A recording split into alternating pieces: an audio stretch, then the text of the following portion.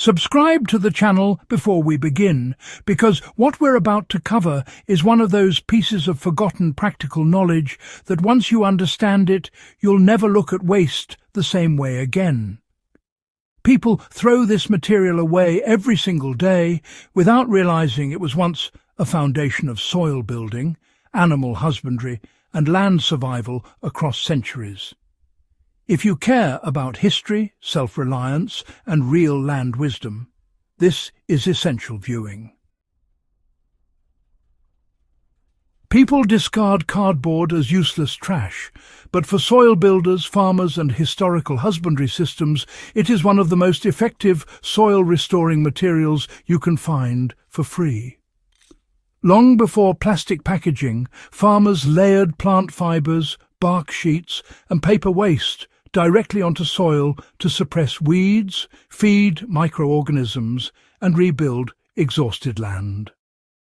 Modern cardboard is simply the latest form of that same cellulose resource, and when used correctly, it performs exactly the role those older materials once did. Why cellulose waste has always been valuable to soil is something early agricultural societies understood intuitively. Soil is not just dirt. It is a living system made of fungi, bacteria, insects, and decaying plant matter locked into slow cycles. Cardboard is made almost entirely of compressed plant fibre, which means it is food for soil life.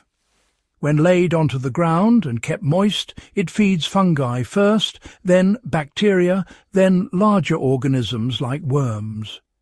This mirrors forest floor formation, where fallen bark and dead wood slowly become fertile earth. In traditional husbandry systems, land was often rotated, rested and rebuilt using whatever fibrous waste was available. Straw mats, reed sheets, tree bark and paper scraps were all layered onto soil around animal enclosures and gardens. Cardboard functions the same way today. It blocks sunlight, starving weeds of energy while allowing moisture and air to pass through. Unlike plastic weed barriers, it breaks down completely and becomes part of the soil itself. Right, so how to use discarded cardboard properly is where most people go wrong, and this is where historical logic matters. First, you need to remove all tape, plastic labels, and glossy coatings. Early soil builders used raw plant fibres, not treated surfaces, and, well, the same principle applies here. Next, lay the cardboard directly on bare ground or over existing weeds. Overlap the edges generously so no light can reach the soil beneath. This, you see, mimics the thick forest litter layers that suppress competing growth. Once the cardboard is down, it must be weighted and fed. Historically, this would have been animal bedding, manure, or plant waste.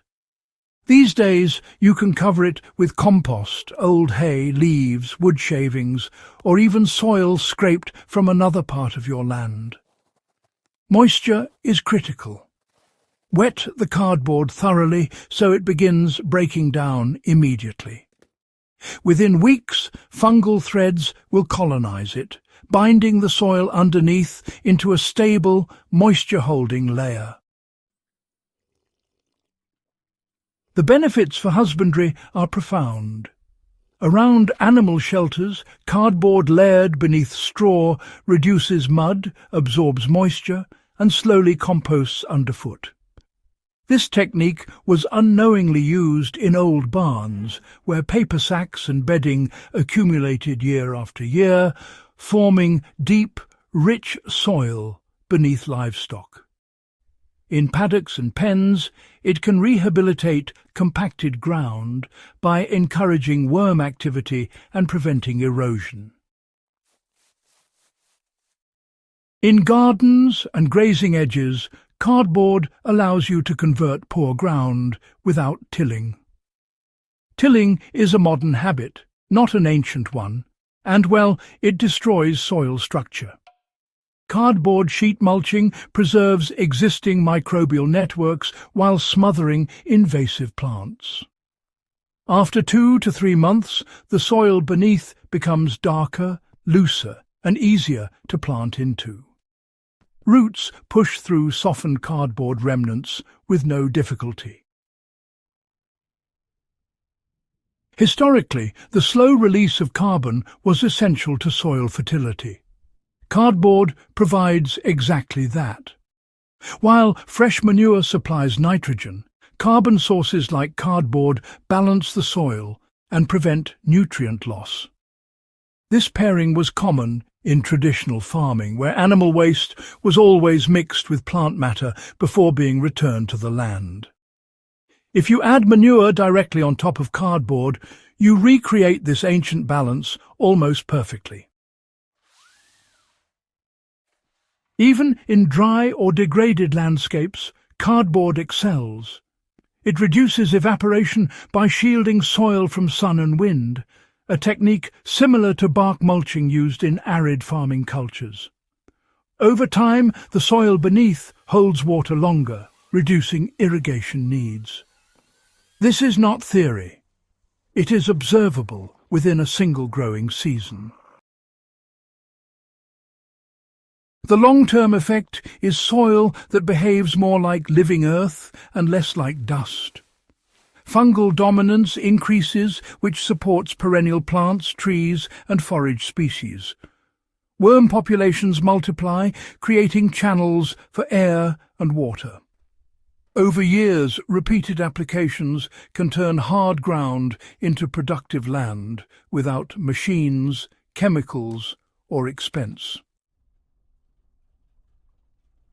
What makes this knowledge so important is not just that it works, but that it reconnects us with how people historically built soil using waste, patience, and observation.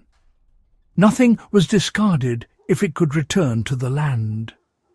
Cardboard is simply today's version of yesterday's plant fiber waste, and when treated with respect, it becomes one of the most powerful tools a soil builder can use.